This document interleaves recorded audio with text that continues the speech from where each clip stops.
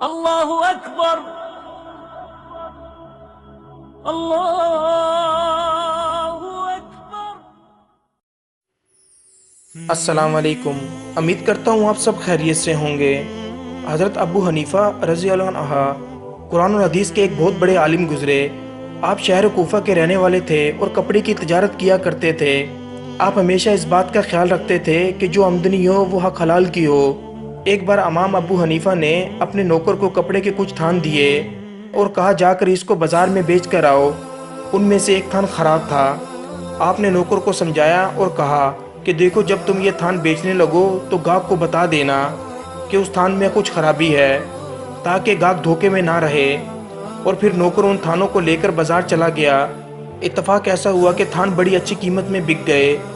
نوکر کو اس بات کا خیال نہ رہا جو امام ابو حنیفہ نے اسے سمجھائی تھی۔ اس نے گاہک کو بتایا ہی نہیں کہ اس میں ایک تھان خراب ہے۔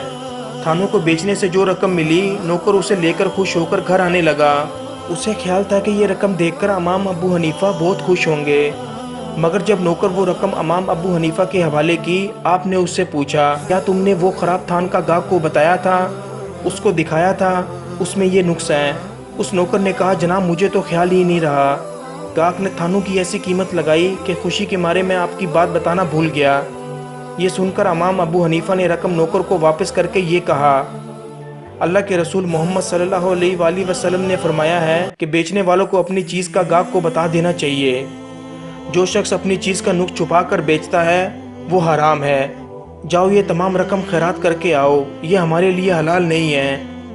دوستو، افسوس کی بات ہے کہ آج ہم اپنی چیز بیچنے کے لیے بہت جھوٹ بول دیتے ہیں، لیکن اللہ کے رسول کی تعلیم تو یہ ہے کوئی بھی چیز میں نقص ہے تو سامنے والے گاہک کو بتا دو، تاکہ وہ دھوکے میں نہ رہے اور آپ کی کمائی حلال کی ہو جائے۔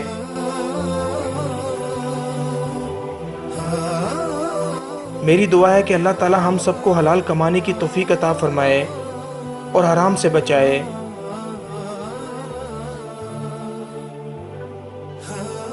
امید کرتا ہوں کہ آپ کو یہ ویڈیو بہت اچھی لگی ہوگی۔ میں اب آپ کو ملوں گا نئی ویڈیو کے ساتھ، تب تک کے لیے اللہ حافظ۔